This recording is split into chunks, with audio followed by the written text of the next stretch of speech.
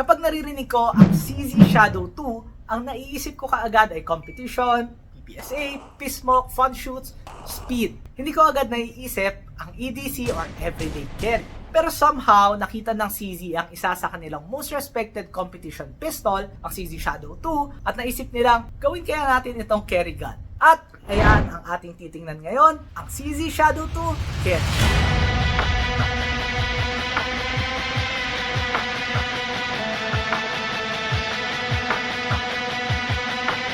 Gusto ko palang magpasalamat sa Lynx FA sa pag-sponsor ng video na ito at pagpapashoot sa kanilang shooting range dito sa Lynx FA Shooting Range. Big shout out sa ating Guns Pinoy page sponsors, Luminox and MTAC Gun Oil. Hello mga kaibigan, ako po si Guns Pinoy. Ito ang CZ Shadow 2 Carry. Pero bago natin pag-usapan mismo itong CZ Shadow 2 Carry, rewind muna tayo ng kaunti dahil para mas maintindihan natin ang pistol na ito, tingnan muna natin kung saan ito nanggaling. Ang original na CZ Shadow 2 ay first introduced noong 2016. Around that time, napansin ko na sa mga competitors, CZ SP01 Shadow at mga Tanfoglio stock series ay yung karamihang gamit sa production division during that time. At nung lumabas yung CZ Shadow 2, well, until now, isa ito sa masasabi kong dominant production division pistols. Meron itong heavy steel frame, mahaba yung sight radius, excellent double action, single action trigger, at higit sa lahat, amazing ergonomics. Built maging mabilis, at really inclined sa sports shooting. At the same time, ay yun din yung problema sa mga competition pistols na ito. Malaki, bigat. At least para sa akin lang naman, hindi ganon yung ideal casual concealed carry or EDC gun para sa akin. Fast forward 2023, nagulat ako nung nalaman ko na nag-release pala ang CZ ng CZ Shadow 2 Compact. Hindi pa ito yung CZ Shadow 2 Carry ha. Ito ay isang CZ Shadow 2 na mas maliit, 4-inch barrel, 15 round capacity, at more carry friendly compared sa original CZ Shadow 2. Pero ang CZ Shadow 2 Compact ay well, more like a competition pistol pa rin na pwede mo pa rin i-carry. That makes sense. At yun na nga, year 2025 ay lumabas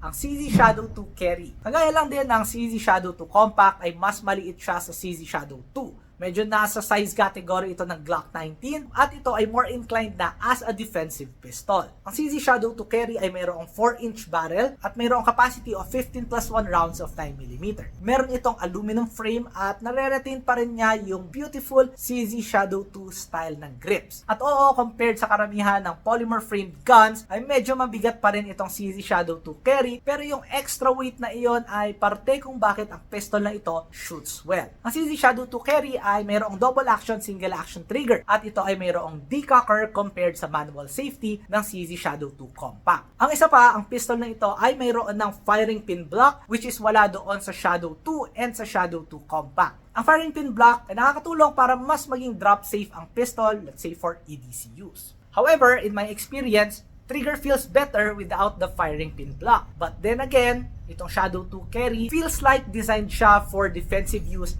rather than sa competition setting. Ang nagustuhan ko talaga sa pistol na ito, well, gaya lang din ng original na Shadow 2, ay ang kanyang ergonomics. Sobrang komportable hawakan ng pistol na ito at least para sa aking kamay ay ito ay isa sa mga most comfortable grips na nahawakan ko. Gusto ko ang grip angle, nagigrip ko yung pistol ng mataas at itong pistol na ito feels like a premium pistol. So yun, CZ Shadow 2 Carry, shoot natin siya.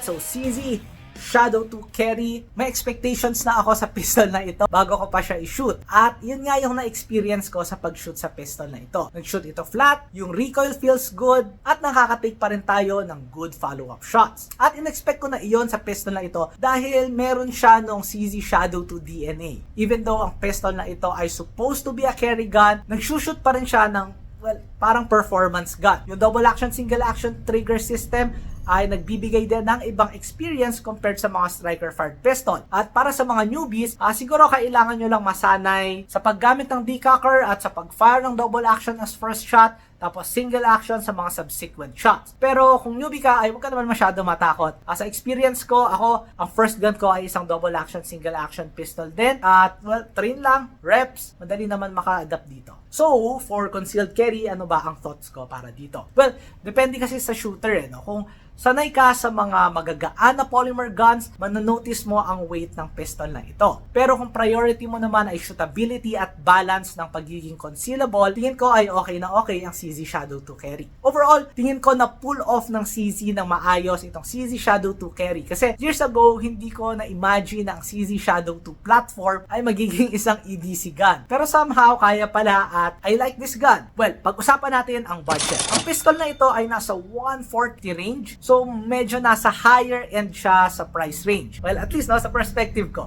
Pero, ito kasi ay CZ Shadow 2 on a defensive pistol experience. At tingin ko, if ang budget mo naman ay nasa ganoong price range talaga, you don't mind yung weight, priority mo ay shootability, pero with extra safety pa rin. Meron itong great ergonomics, great size for a carry gun, good capacity at may CZ quality. Tingin ko ay pwede mo i-consider itong CZ Shadow 2 Carry. Alright, so yun lang naman po ang ating quick video sa CZ Shadow 2 Carry. Ano ang thoughts nyo sa pistol na ito?